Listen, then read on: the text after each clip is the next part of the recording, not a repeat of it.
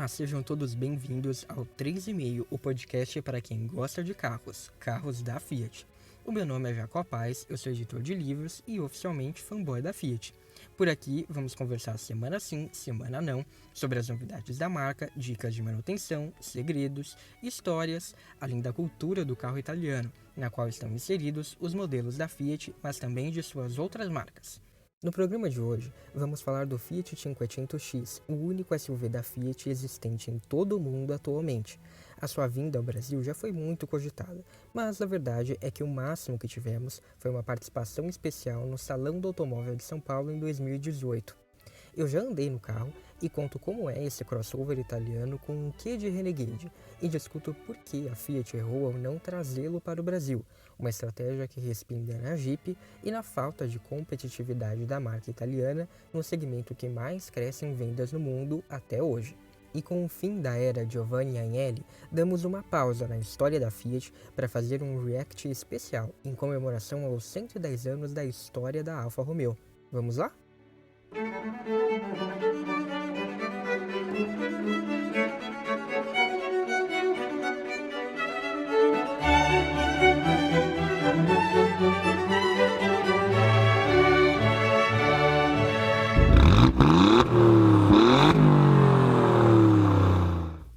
Antes de começar esse episódio, eu quero pedir para você seguir o 3,5 lá nas nossas redes sociais. É @3,5 podcast no Facebook e no Instagram. Você também me encontra no Twitter, @jacopaz. E no nosso Medium você confere posts especiais, link para todas as referências deste episódio, fotos e vídeos relacionados e citados aqui. Então acessa lá medium.com/3,5.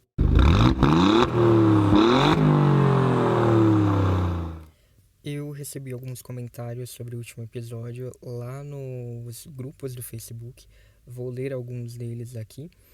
Eu perguntei, né? Vocês acham que o Argo tá mais para sucessor do Palio ou do Punto? Isso lá no grupo do Argo. O Hélio Matos Filho falou, depende da versão. Eu falei, isso é uma boa resposta, porque de fato existe aí uma diferença, né, de posicionamento. O Lincoln Magnin diz: nas versões de entrada, para mim, ele tá mais para evolução do Palio e nas versões topo tá mais para Punto. É o que eu acho. Com certeza, sucessor Palio, HGT talvez Punto, diz o Fernando Maicá de Souza. O Paulo César Martins diz: Palio, resta saber se o Argo será líder de venda algum dia. A Fiat tem hábito muito ruim de tirar de fabricação seus carros. Não pretendo vender nem tão cedo o meu, então por favor, senhora Fiat, não tire a Fiat Argo de fabricação durante uns 20 anos.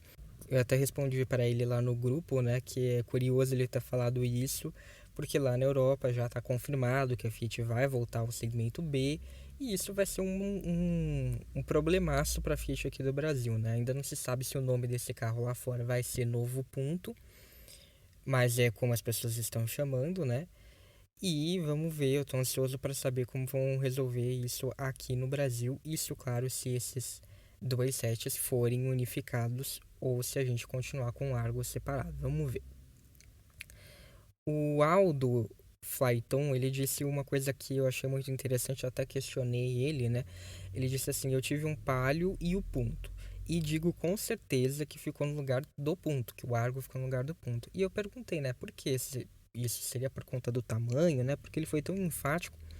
E daí ele disse assim, olha, primeira coisa, as dimensões. O Punto era muito mais largo do que o Palio. Segundo, estabilidade do Punto. Era bem melhor na pista do que o Palio. Terceiro, o conforto do Punto. Era bem mais confortável do que o Palio. E agora que eu tenho o Argo, eu vejo que é muito parecido. Bem, ele manteve as qualidades do Punto, de fato, né? Que é o que ele fala aqui, ó. Estabilidade do Punto, conforto do Punto.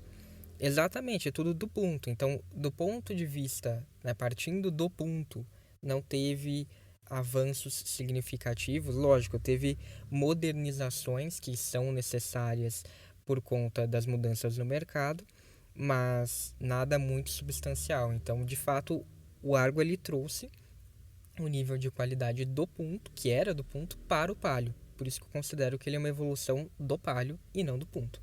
Mas eu acho que foi aqui um consenso de que a maioria das pessoas diz, depende da versão, né? Já lá no grupo do Bravo no Facebook, eu achei aqui um comentário do Alexandre Rigg. Ele diz assim: eu acho o Argo um bom carro, bem evoluído tecnologicamente, ainda mais com o Firefly 1.3 turbo de 150 cavalos chegando por aí.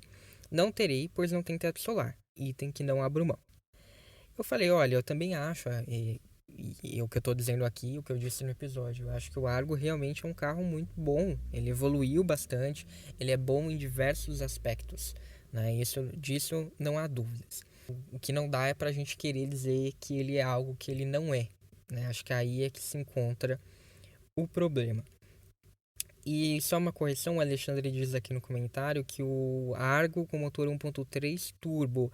Olha, por enquanto não há previsão de que o Argo vai utilizar um motor 1.3 turbo. O que ele vai usar com certeza é 1.0. E daí a gente vai ter que ver se vai ter alguma versão especial com 1.3, como é que a Fiat vai usar esse motor.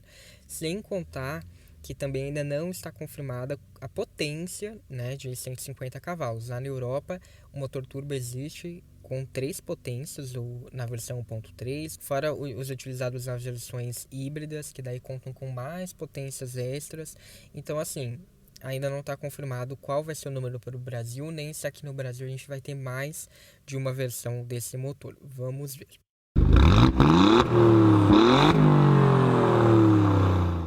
Vamos lá então falar agora do 500X. Esse modelo foi apresentado em 2014 no Salão de Paris e as vendas iniciaram-se em 2015 lá na Europa. A ideia de lançar esse carro, o 500X, era ter um produto maior, mais espaçoso, mas mantendo os traços hereditários do 500. A Fiat, desde o momento zero ali do 500X, na apresentação, no slogan do carro, apresenta como um crossover italiano e não um SUV. E ainda de acordo com a Fiat, o nome, né, 500X, porque a escolha da letra X, porque além de ser um crossover, né, por natureza, afinal é a categoria dele, e o X representaria esse negócio de ação, né, de aventura, mas também porque esse carro agradaria uma ampla gama de clientes, homens, mulheres, de diferentes idades, com diferentes necessidades, diferentes gostos. Então, nesse sentido, o símbolo X representaria uma encruzilhada entre vários segmentos muito diferentes. A plataforma desse carro não é a do hatch 500, né, que divide aí a plataforma com o Fiat Panda, mas sim a do Jeep Renegade, que também é usada pelo Compass.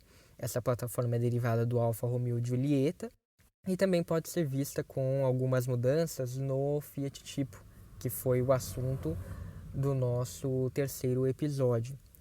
E por conta de todos esses parentescos, sempre se cogitou a fabricação de todos esses Fiat, né? Não só do 500X, mas como do próprio tipo, do 500L, que também usa a mesma plataforma, em Pernambuco.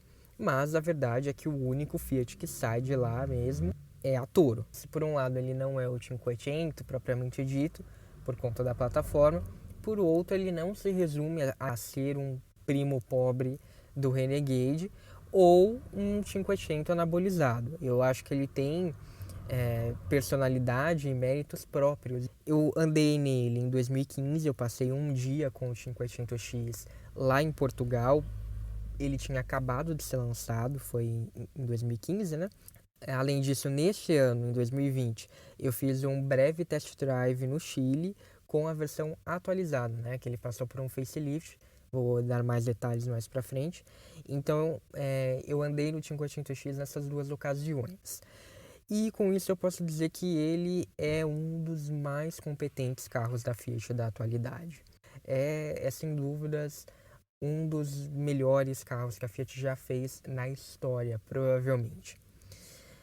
Bom, eu vou começar falando do ponto mais polêmico, que é essa questão do Brasil versus o 500X, né? Por que que ele não veio? Por que que ele deveria ter vindo? Essa história, ela é de longa data, como eu disse aqui nessa introdução. E até para resumi-la é um pouco difícil, né? Primeiro, eu acho que parece natural para a gente supor que a Fiat lançaria por aqui um SUV compacto. Afinal, ela sempre foi uma marca muito ágil, muito esperta nas suas tomadas de decisões e o segmento estava em alta. Então, basta a gente olhar para o mercado hoje. Praticamente todas as marcas têm um representante nesse segmento. Então, era natural a gente assumir que a Fiat, né, uma marca esperta, ágil, com certeza teria o seu também. Acho que esse é o primeiro ponto. E daí começaram os investimentos para construir o Renegade aqui no Brasil, né? Já estava em andamento a construção da fábrica. Até então a gente não sabia que essa fábrica seria exclusivamente da Jeep. Ela não é, né? Mas foi batizada como uma fábrica da Jeep. É, e, né, a partir do momento que a gente passou a saber que o Renegade seria fabricado no Brasil, por que não também assumir que o 500X também seria, né, uma vez que a Fiat precisaria de um representante no segmento e tem aí a mesma base, compartilhariam vários equipamentos. Então, aos poucos isso foi se tornando natural, né, essa suposição. Além disso, tem flagras do modelo que foram feitos aqui durante o desenvolvimento do Renegade, então isso também ajudou essas suposições a ganharem força.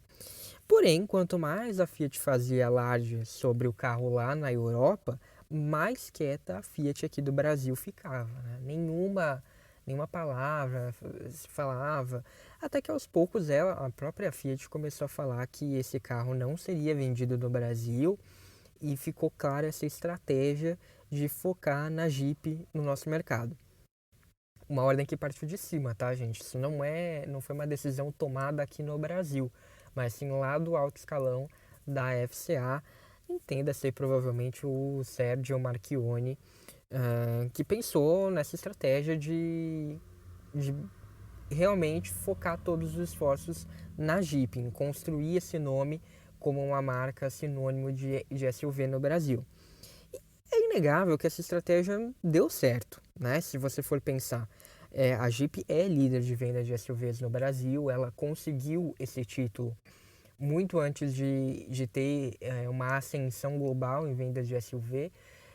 Por outro lado, fora do Brasil, ela não conseguiu o objetivo de ser realmente líder em vendas de SUVs, mas ela tem um crescimento absurdo, né? Se você comparar as vendas da Jeep antes da compra do grupo Chrysler pela Fiat para depois, são crescimentos na casa dos 3 dígitos, dependendo do mercado, dependendo do segmento. Então, assim, é uma estratégia que, sob algum ponto, deu certo. Mas, por outro lado, também parece um pouco inexplicável essa decisão, porque é isso que eu falei. Quando você vê que praticamente todas as marcas têm SUVs no Brasil, mesmo aquelas que pertencem a um mesmo grupo, e que existe espaço para isso. Acho que esse é um ponto importante a se ressaltar. Porém, também é importante fazer uma ressalva de que as montadoras aqui no Brasil, em geral, não veem com bons olhos a sobreposição de marcas. É verdade, isso é um fato, tá? Por exemplo, mais recentemente a Peugeot decidiu não concorrer com a Citroën. A Citroën passa cada vez mais a ser uma marca de carros mais acessíveis. Isso é uma tendência mundial, mas principalmente aqui no Brasil. Enquanto a Peugeot fica com carros mais generalistas. A Renault e a Volkswagen não trouxeram as suas marcas de baixo custo para o Brasil, como a Dacia e a Skoda. E a Hyundai e a Kia, elas não estão juntas no Brasil, então elas competem, mas elas realmente competem, porque lá fora elas são marcas de um mesmo grupo, mas aqui no Brasil não. O que eu quero dizer é, em outros mercados, há uma maior concorrência entre marcas de um mesmo grupo. Talvez pelo próprio tamanho desses outros mercados, né? Talvez realmente para algumas categorias o mercado brasileiro não comporte, né, essa questão de um mesmo grupo que tem tantas marcas colocarem marcas entre si para competir em um mesmo segmento. Só que a FCA tem em mãos um problema sério, porque ela investe na Jeep em detrimento das outras marcas, que ficam esquecidas. Esse que é o problema da FCA. Quantos SUVs tem a Maserati? 1. O Levante. Quantos SUVs tem a Alfa Romeo? 1. O Stelvio. Quantos SUVs tem a Lancia? 0. Quantos SUVs tem a Dodge? 0. Quantos SUVs tem a Chrysler? 0. Uma análise recente do Fiat Group World, que é um site que eu já venho comentando aqui, eu vou deixar lá na descrição do episódio no Medium um link. Essa análise mostra que, enquanto rivais diretas da Fiat contam com vários SUVs na gama europeia, a marca só tem o 500X. A Volkswagen, por exemplo, tem nada mais do que 10. A Renault tem 5, a Peugeot 3. Então é lógico que quando as concessionárias da Fiat dizem que a marca não lança modelos competitivos há anos, que teve uma rixa aí entre a Associação de Concessionárias e a Fiat, e um dos elementos que as concessionárias estavam reclamando era justamente isso, então é lógico que elas estão dizendo que elas querem SUV, porque essa é uma das únicas fatias que apresentam crescimento nas vendas. E não é preciso dizer que no Brasil nem mesmo o 500X a gente tem, né? Então o que as concessionárias da Fiat poderiam trabalhar? Nada, não tem SUV. Então eu acho que a principal crítica aqui talvez não seja nem o desenvolvimento focado na Jeep, mas esse desenvolvimento ser às custas das outras marcas. A Jeep não transfere tecnologia, não transfere plataforma, não compartilha com as outras marcas esse tipo de produto que todas precisam. Hoje, para uma empresa automobilística ser relevante, gostando ou não, tendo uma Jeep ou não no seu portfólio, ela precisa ter SUVs. Então é por isso que as marcas da FCA sofrem em manter de maneira consistente bons resultados. E não é um SUV que vai adiantar, elas precisam ter uma estratégia voltada para SUVs. E você gostando de SUVs ou não, eu não sou uma pessoa que é super fã de SUVs. Então eu não estou aqui defendendo SUVs, eu estou aqui simplesmente apontando um fato. Se uma marca quer se manter relevante, infelizmente, hoje em dia, ela precisa ter SUVs no seu portfólio. E é por isso que em 2018, vendo que pegou muito mal ter ignorado o Brasil na lista de mais de 100 mercados que receberiam o 500X, a Fiat ensaiou uma aproximação do modelo com o nosso mercado, trouxe o carro para o Salão do Automóvel de São Paulo, mostrou, fez muito sucesso, pelo menos no dia que eu estava lá, o 500X estava sempre sendo alvo ali de olhares muito interessados no carro. E quando o carro que foi apresentado foi o reestilizado, já com os novos motores Firefly, além de tecnologias semi-autônomas, que inclusive renderam um comercial inspirado no filme De Volta para o Futuro, com a participação do Christopher Lloyd, o Doc. Então foi muito bacana essa campanha, que, lógico, ficou restrita à Europa, porque é lá que o carro é vendido, e também nos Estados Unidos foi utilizada essa campanha. Se eu achar, eu vou deixar lá na descrição do episódio o link para vocês darem uma olhada nesse comercial. E logo então a empresa ficou sem motivo para explicar a ausência no mercado brasileiro desse 500X, porque ele fez muito sucesso no salão do automóvel, e disse que se o dólar permitisse, lançaria o carro por aqui. Mas depois disso é a história que a gente já sabe, né? Um novo governo, sucessivas crises políticas e a pandemia, com o dólar atingindo aí recordes, a importação ficou praticamente impossível. Só que isso também não remove a culpa da Fiat, né? Que deveria ter tido esse olhar lá atrás e nacionalizado o 500X muito antes. Então, não dá aqui para fazer um habeas corpus para a Fiat nesse sentido.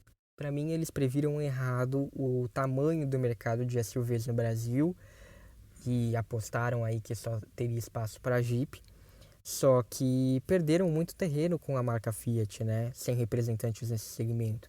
Se você pega os números, né, há uma clara sobreposição do crescimento da Jeep em relação à queda da Fiat. Então você vê que o que a Fiat caiu, a Jeep cresceu.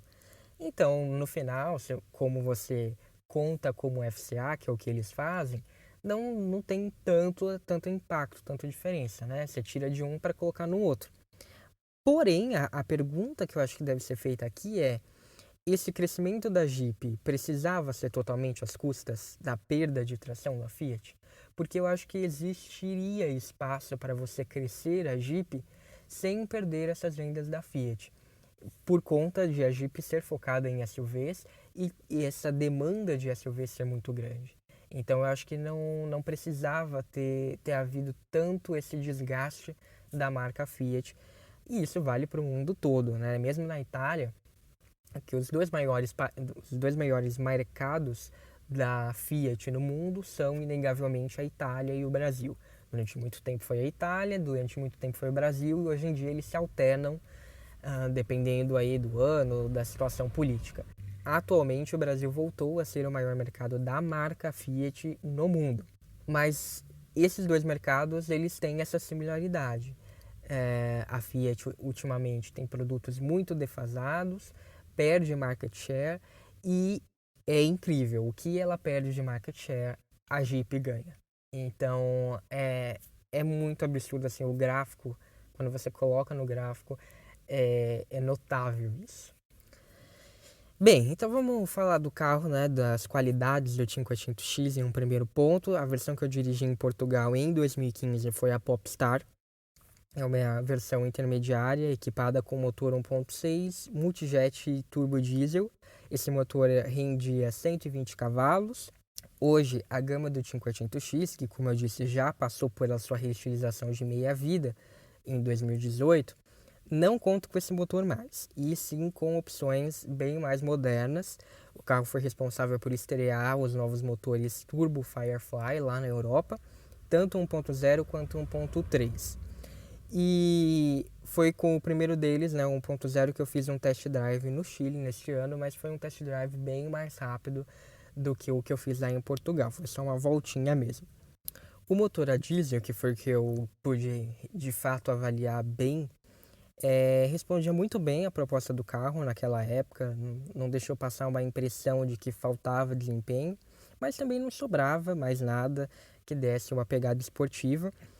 É mais do que suficiente para movimentar o carro e entregar uma condução agradável, inclusive no que diz respeito a ruídos.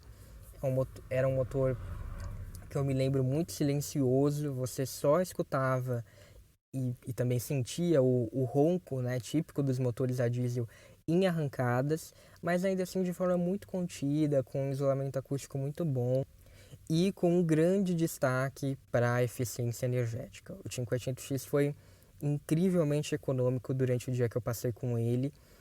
Tudo bem que a maior parte do passeio foi feito em estrada, mas nos aproximados 300 km rodados, a média de consumo foi de quase 18 km por litro. Eu saí de Lisboa, fui para Évora, que é a cerca de 130 km de Lisboa, já quase na Espanha, e voltei para Lisboa, tudo com meio tanque. E eu ainda rodei um pouco na cidade de Lisboa, na volta e brevemente antes de ir para Évora. Então, fiquei muito satisfeito com o consumo de combustível. Já a condução com o motor Firefly foi diferente. O carro deixa de ser apenas confortável para parecer mais, como eu posso dizer, com mais vigor. Ele tem mais vigor, sabe? Ele parece que tomou energético e está bem mais animado, bem mais ágil. Me lembrou um pouco quando eu dirigi o Argo Drive 1.3, que não, esses carros eles não têm necessariamente uma pegada esportiva, mas ele é um carro competente e gostoso de guiar. Foi isso que eu senti com o 500X Turbo Firefly. Eu acho que esses motores prometem muito, eu estou ansioso para vê-los na versão Flex, como que eles vão sair. Espero que cheguem logo aí.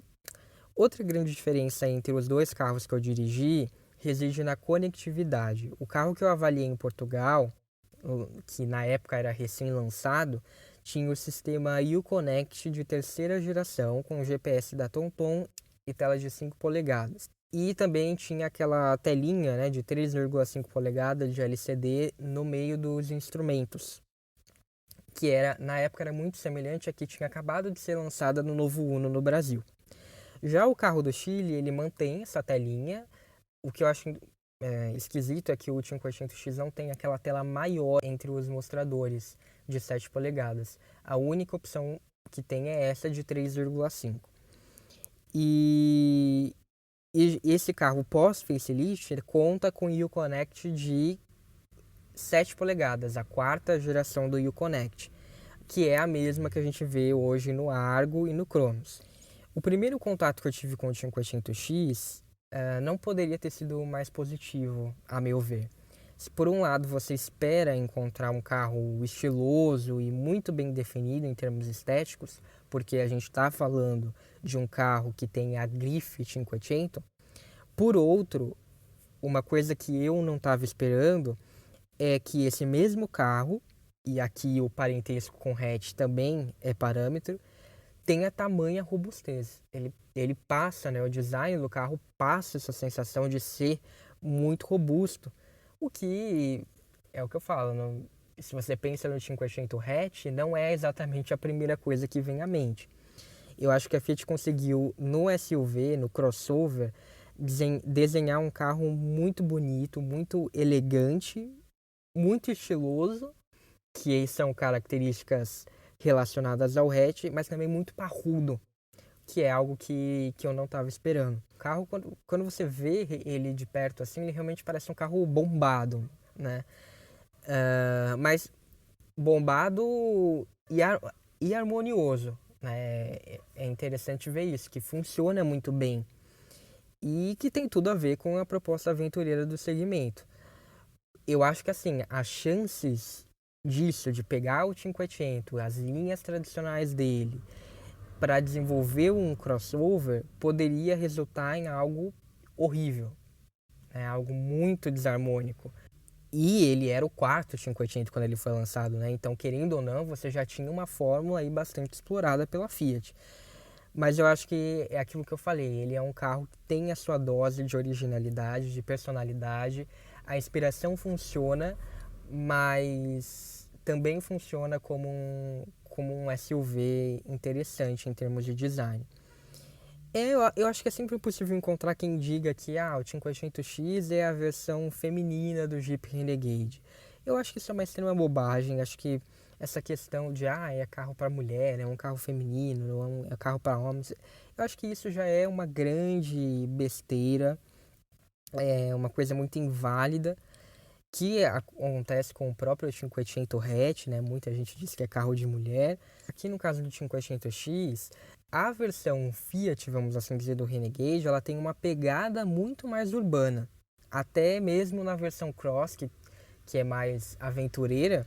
Então eu diria que o 500X é muito mais um carro para o público jovem do que necessariamente para o feminino.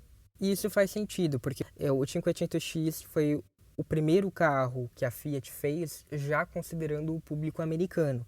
E lá nos Estados Unidos a Fiat tem um posicionamento muito mais descolado, jovem. Eles só vendem a linha 500 e o 124 Spider. Então é uma marca mais jovem mesmo. Isso que é curioso, né? É uma estratégia muito interessante se você for pensar para ver entre o Renegade e o 500X. Porque não é uma diferenciação levando em conta o preço. O posicionamento não se dá assim. O 500X e o Renegade, eles têm preços muito similares. Em alguns mercados, o 500X é mais caro do que o Renegade. Em outros, o Renegade é que é mais caro. E eu acho isso interessante. O que diferencia é a proposta. Como ele se encaixa dentro do mercado, para que tipo de público esse carro foi feito. Eu acho isso muito interessante e é uma pena que valha apenas para o 500X e para o Renegade. Essa é a minha questão.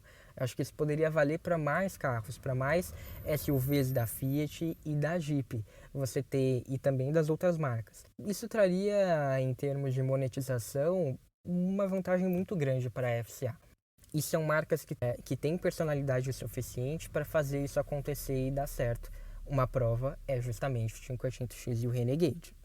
Você não vai escolher um 500X porque ele é mais barato que um Renegade, como se estivesse escolhendo um Touareg em vez de um Q3. Você vai escolher o 500X porque você gosta daquele estilo, você se identifica com aquele carro. E essa estratégia poderia dar muito certo aqui no Brasil também, como vem dando na Itália, né? Por lá, ambos os carros vendem muito bem. Existe uma preferência clara pelo 500X por questão, né, histórica de marca e tudo mais, mas o que eu digo é ambos os carros têm bons desempenhos. O 500X usa bem as suas medidas, acho que esse é um outro ponto bastante interessante. Ele tem 4,25 metros de comprimento, 1,8 de largura e 1,6 de altura. Ele é um pouquinho maior do que os SUVs compactos, por exemplo, o T-Cross ou o EcoSport. Então dá aí um posicionamento bem interessante para esse carro. Além disso, ele tem um excelente aproveitamento de espaço interno. Por dentro ele é bem amplo, enquanto por fora ele é compacto para um SUV dessa categoria. Eu acho que é um carro muito prático e muito funcional. Não tem muitos defeitos, o que eu não gostei tanto é o interior. Ele é tudo o que você espera de um 500. É um carro estiloso, colorido, requintado. Só que o problema é que isso não quer dizer que ele é tudo o que você espera nessa faixa de preço. A impressão é que a Fiat se preocupou mais com a imagem aqui. Não está errada, mas talvez seja um ponto aí que possa decepcionar. Tem uma faixa central na cor do carro, como é no 500, cuja aparência imita a lataria do carro, igualzinho no 500, mas é plástico. E em volta dessa faixa, o acabamento é feito com plástico mais duro e texturizado. É tudo agradável ao toque, mas eu gostaria de ver algo mais agradável ainda, como é no Renegade. Nas portas dianteiras tem um tecido que imita couro, não acho que é a melhor solução, mas é agradável. Só que nas portas traseiras não tem, é tudo plástico. E uma coisa que eu definitivamente não gostei foi o acabamento do console central entre os bancos. Ali tem uma espécie de adesivo que imita fibra de carbono. Eu acho que destoa totalmente do conjunto do carro, dá uma aparência barata, feia. Essa parte eu realmente não gostei. O restante é o que eu falei, é bonito, é agradável, mas poderia ser melhor. Trata-se de um carro com bons materiais, tem uma boa construção, tem bons arremates, para níveis da Fiat são assim muito bons mesmo. E não há nada fora do lugar, nada problemático. A construção é robusta, tal como a gente vê nos Fiat mais recentes aqui à venda no Brasil, Argo, Cronos e Toro, com a diferença de que o 500X surgiu 2 ou 3 anos antes deles, então naquela época realmente foi algo um nível muito acima do que a Fiat estava apresentando. O desenho inegavelmente atende à proposta. Existem ali peças em conjunto com a Alfa Romeo, como os comandos do ar, com os jipes, como é o volante, basicamente o mesmo do Renegade, além, claro, do próprio 500. Se você pegar os botões no painel central, como de pisca-alerta, é muito parecido, se não for o mesmo, do 500. Mas o que não falta aí no requinte, no desenho, falta os materiais, porque é um pouco decepcionante ver tudo plástico, sim. Quando eu vi o 500X em 2015, o impacto desse novo padrão de qualidade de montagem foi bem maior, porque foi o que eu falei, né? Um carro que veio antes de Argo, Cronos, Toro, com os quais nós já estamos acostumados hoje em dia. Era sem dúvidas o melhor interior que eu já tinha visto da Fiat no geral. Nesse ano de 2020, quando eu andei novamente no carro, a sensação já não foi a mesma. Eu acho que o interior ainda é bonito, é aconchegante, é bem montado, não deve nada aos concorrentes nessa faixa de preço. Mas a impressão negativa do uso de plástico em excesso se acentuou dessa segunda vez. Ainda mais considerando que a Fiat levou essa mesma qualidade de construção para carros mais baratos como o Argo. Então eu acho que fica ainda mais evidente essa questão do uso abusivo de plásticos no 500X. Bem, concluindo, o 500X é realmente tudo o que eu esperava. É bonito, é estiloso, é confortável, mas ele também é o que eu não esperava. É um SUV competente, tem um uso urbano prático e é agradável, até consegue encarar algumas trilhas, porque ele tem duas versões, né? Uma que é mais urbana e uma que é mais aventureira. A mais urbana pode contar com um recurso semelhante ao nosso locker, né? O bloqueio do diferencial, e pneus de uso misto. Então, para uma trilha no fim de semana, beleza. E ela tem tração dianteira 4x2.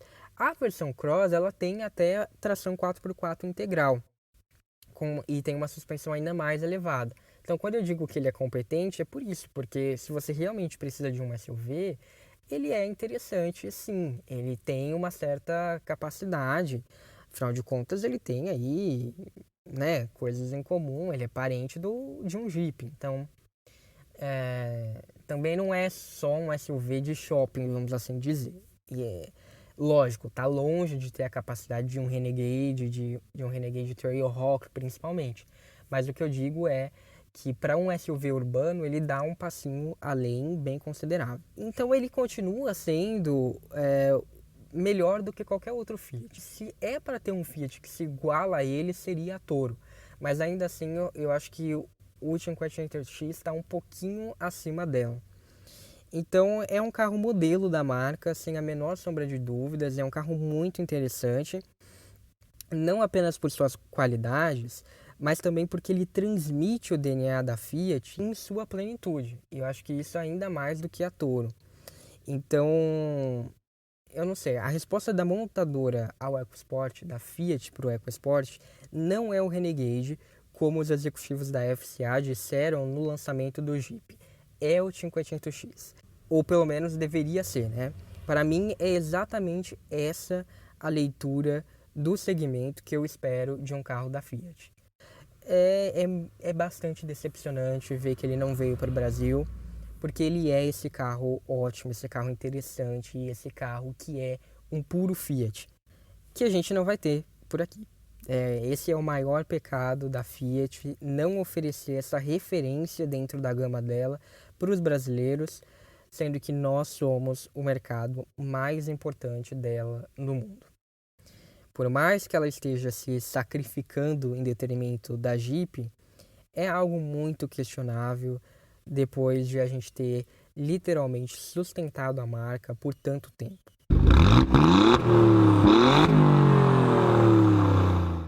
Em entrevista recente ao site britânico Auto Express, Olivier François, ele é o diretor global da marca Fiat, ele deu uma série de declarações sobre o futuro da marca na Europa. Entre elas, destaca-se a posição da Fiat com os SUVs e o futuro do 500X. A ideia, pelo que parece, é que a nova geração da família 500 conte com uma fusão entre os modelos 500X e 500L vendidos atualmente. O 500L é uma minivan baseada, né, para quem não conhece, no design do 500 também. Ele foi lançado em 2012, atingiu o pico de vendas em 2014 com 95 mil unidades.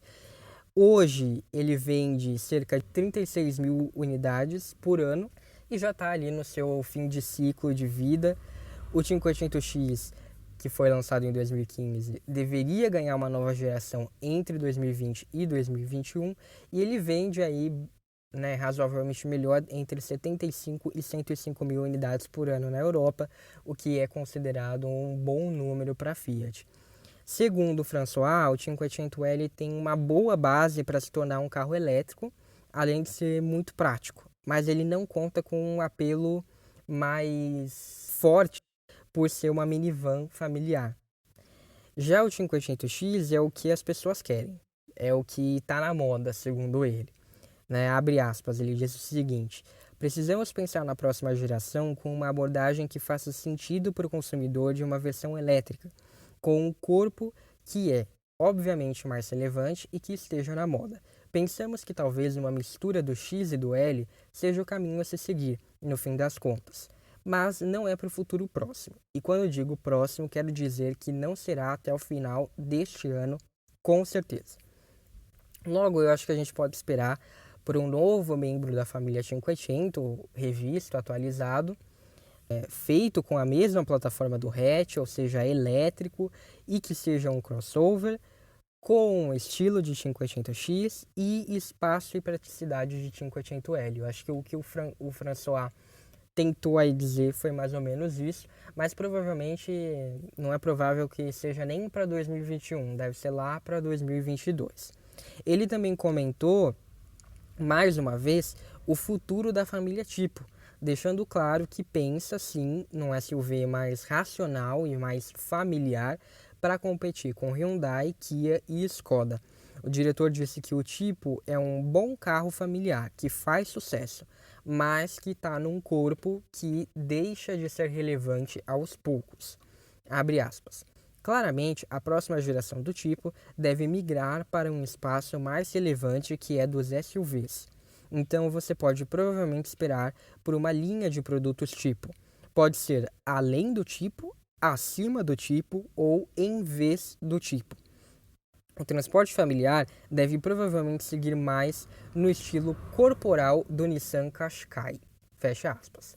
Esse Nissan é um SUV médio, um pouco mais ou menos do mesmo tamanho do Compass, vendido lá na Europa. Então, a minha aposta é que a Fiat desenvolva uma nova geração do tipo, porque, como eu disse, tem espaço ainda para isso. Na Turquia, eles são líderes de venda com esse carro, então não faz sentido abandonar esse número expressivo de vendas.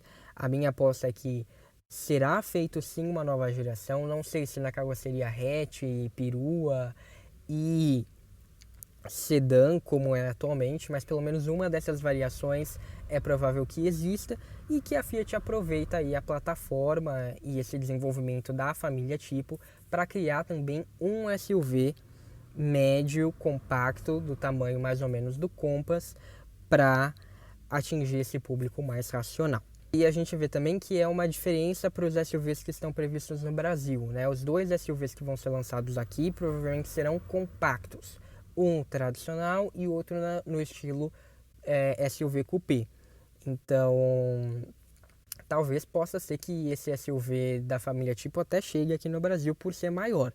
Daí vai depender da estratégia, né? Tudo isso, gente, é plano, é especulação do próprio François. Ele sempre sai por aí falando essas coisas. Então precisa ver o que realmente vai ser feito.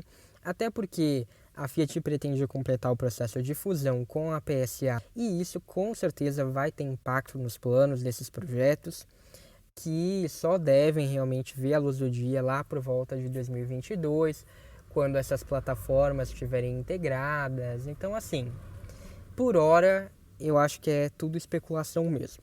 Eu vou deixar o link para todas essas matérias lá no Medium, na descrição desse episódio.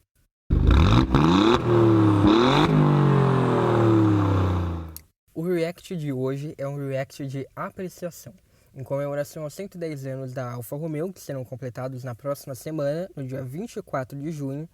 Eu vou ler aqui alguns comentários de um post no Instagram da revista Quatro Rodas, que ajudam a entender a nossa paixão por essa marca singular. E vou fazer uns comentários, trazer algumas curiosidades da história da marca. O post lá da Quatro Rodas traz duas fotos do Alfa Romeo Giulia Quadrifoglio verde na cor verde Visconti, já da linha 2020, que foi apresentada no começo de maio. A legenda da Quatro Rodas diz o seguinte: o Alfa Romeo Giulia ganhou pequenas mudanças no visual, com detalhes escurecidos em grade e lanternas, além de nova central multimídia sensível ao toque. Acha que o sedã é melhor que os rivais alemães? E aqui vão então algumas das respostas para esse questionamento. Respostas que, diga-se de passagem, eu considero certíssimas. O Ju Carvalho diz o seguinte: a Alfa não deixa a marca morrer. Graças a Deus, carro de respeito. Olhos apaixonados. De fato, olha, quem desrespeita o poder de um Alfa, com certeza vai queimar nas chamas do inferno. A Alfa Romeo se apoia em 4 pilares: inovação, paixão, design e funcionalidade. Mas a grande diferença é que, para a Alfa Romeo, tudo isso resulta em uma coisa: emoção. É isso que está presente na alma de todo o Alfa Romeo, que tem origens lá que remontam a sucessivas quebras de recordes em corridas. Esse constante aprimoramento técnico para as corridas passou a resultar em um sinônimo de prazer de dirigir, e a Alfa tem como objetivo transformar a performance não apenas em números, mas em paixão. Acho que isso é muito importante. Paixão que também pode ser vista, porque para a marca criar carros belos é algo intrínseco ao seu DNA, é uma das suas marcas registradas e é por isso que a gente fala tanto de Alfa Romeo. Essa história da marca começa em 1906, como uma subsidiária de uma empresa de carros inglesa estabelecida em Nápoles, na Itália. A montadora logo teve que se mudar para Milão, em busca de uma fábrica mais bem equipada. O norte da Itália era a região mais desenvolvida industrialmente do país, então foi para lá que ela foi. No entanto, os resultados comerciais foram insatisfatórios e o diretor da empresa propôs a constituição de uma nova empresa. Em 24 de junho de 1910, nasce a Alfa, que é uma abreviação de Anônima Lombarda Fabbrica Automobili. Só que logo chegou a Primeira Guerra Mundial e a empresa viu os seus sonhos irem por água abaixo. Um contrato governamental fracassado para a construção de veículos militares causou a suspensão antecipada da empresa, que foi liquidada. Isso chamou a atenção de um jovem empresário napolitano chamado Nicola Romeo, que logo topou assumir o controle da empresa. Em pouco tempo, lucros substanciais levaram ao aumento de pessoal e à ampliação da fábrica de Portello. Em 1918, os investidores formalizaram o nascimento da Società Anônima Italiana Nicola Romeo e Companhia, que passou a ser reconhecida como Alfa Romeo. O comentário do Lucas F. Cesário diz o seguinte: ninguém ganha dos italianos quando falamos design. Coraçãozinho. Isso aqui é fofo! E o comentário do La Rubia Felipe diz: mais bonito é com certeza do que os alemães. Gente, estão certíssimas, porque não tem como competir com o Alfa Romeo, meus amigos. O próprio senhor Enzo Ferrari já dizia: tenho pela Alfa Romeo a ternura de um primeiro amor, a pura afeição de uma criança pela sua mãe. E Henry Ford completava: sempre que vejo um Alfa Romeo passando, eu tiro o chapéu. É isso, gente. Como não poderia deixar de ser, o Giulia apresenta esse design italiano maravilhoso, impressionante, com proporções impecáveis e atenção aos mínimos detalhes. É isso que garante a ele o estilo Alfa Romeo, que ao mesmo tempo parece refinado pelas mãos de um artesão e algo da mais elevada classe mundial. Isso não é para muitos, hein, gente? O Box 89BR diz: melhor do que os alemães, né? É difícil dizer, mas mais bonito e almático, sem sombra de dúvidas. Gente, esse cara mitou, porque almático, eu adorei. É isso, um Alfa Romeo é um carro almático. Muito bem. O Gustavo Luqueciro diz: ter uma Alfa é como ter uma amante argentina. É linda e charmosa, mas é caríssima para manter. Nossa, gente, que comentário desnecessário, hein? Que comentáriozinho, olha, machista, pelo amor de Deus. É ruim para as mulheres e ruim para a Alfa Romeo ao mesmo tempo. Então eu tive que quebrar aqui essa onda de comentários legais para falar dessa porcaria de comentário. Mas, acho importante reverter aqui a questão. A Alfa Romeo tem um histórico muito bonito de dar espaço para as mulheres no automobilismo. Hell Nice, vencedora do primeiro Grand Prix para mulheres em 1929, encontrou espaço na Alfa após sair da Bugatti. Em 1933, após a troca, ela terminou em terceiro em uma bateria ao competir no Grande Prêmio de Monza, marcado pela morte de 3 pilotos. Em 1936, ela experimentou a sua própria corrida contra a morte no Grande Prêmio de São Paulo. Aliás, registros dizem que ela era bem popular aqui no Brasil. Ela estava em terceiro lugar na última volta e quando estava prestes a fazer uma ultrapassagem e assumir a segunda posição, o carro entrou no meio da multidão, matou 6 pessoas. Nice, não sei, ficou em coma por 3 dias, mas sobreviveu. Só que ela passou a ter dificuldades para encontrar patrocinadores e mesmo assim, olha só, ela bateu um recorde que é intocável até hoje. Em conjunto com outras 4 mulheres, ela dirigiu por 10 dias e 10 noites. Mas a Alfa também deu espaço para a primeira mulher a participar das 1000 milhas brasileiras, numa época em que a atuação feminina nos circuitos nacionais ficava restrita às esporádicas presenças estrangeiras como a da própria Hell. O nome dessa mulher brasileira é Graziela Fernandes, que fez um curso técnico de engenharia de motores já na adolescência e tinha o sonho de correr na pista com a Alfa Romeo, a marca que era, né, na época campeã na Itália e em todo o mundo. Então, por isso essa aura. Ela estreou numa prova feminina em 1964 com o próprio carro. E por conta da sua boa participação na prova, ela foi contratada como piloto de testes. E em 1969, ela realizou seu sonho. Ela foi convidada a fazer parte do time de pilotos da Jolie e com um Alfa GTA disputou as 1000 milhas de 1970, que completou em 7º lugar entre mais de 50 carros. E não para por aí. Recentemente, a Alfa Romeo e a sua equipe de corrida da Fórmula 1 deram oportunidade para outra mulher, a colombiana Tatiana Calderón. Ela entrou para a história em 2019 por ser a primeira mulher a disputar uma temporada da Fórmula 2. Ela virou pilota de testes da Alfa Romeo Racing e também é uma das poucas mulheres a dirigir um carro da Fórmula 1. Muito legal. É uma pena que a gente não tenha tantos exemplos como esses para falar de mulheres no automobilismo, mas eu acho muito importante dar destaque para os poucos que tem. Um outro comentário é do Igor PL18. Ele diz o seguinte: com o motor desenvolvido em parceria com a Ferrari, tração integral e distribuição de peso equilibrada está em pé de igualdade aos alemães, com o bônus de um design cativante e exótico, fugindo da pasteurização da tríade alemã. De fato, tá certo esse comentário. E só para vocês terem uma ideia, a relação entre a Alfa Romeo e Enzo Ferrari começou em 1920, quando o jovem de Modena deixou a sua marca como piloto de corridas da Alfa Romeo.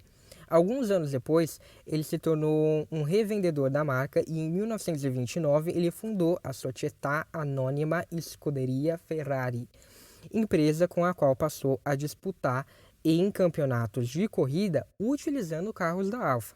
No final da temporada de 1932, a Alfa Romeo decidiu fechar sua divisão de corridas, pois precisava reduzir as despesas, e a empresa confiou então toda a gerência de corridas à Ferrari.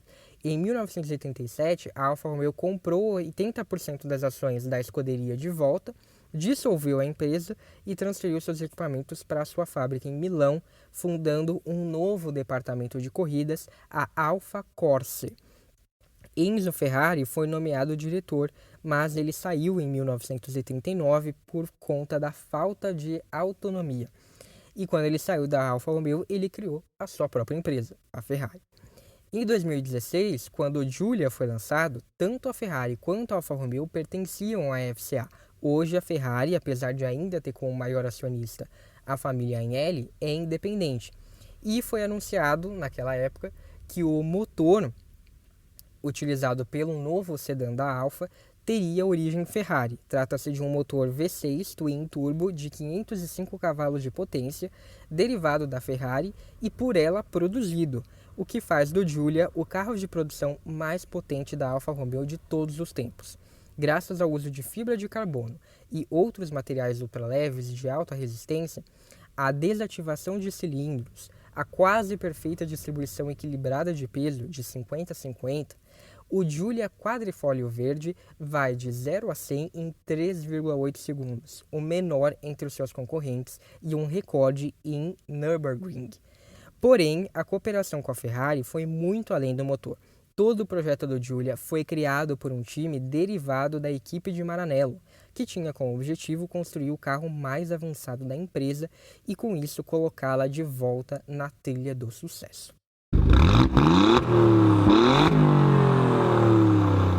Bem, gente, esse foi o programa de hoje. Eu quero que você compartilhe esse episódio. Se você conhece alguém que é louco pela Alfa Romeo, manda pra ele.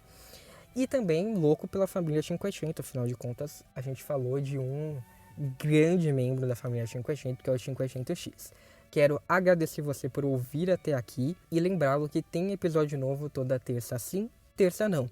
Um abraço e até a próxima.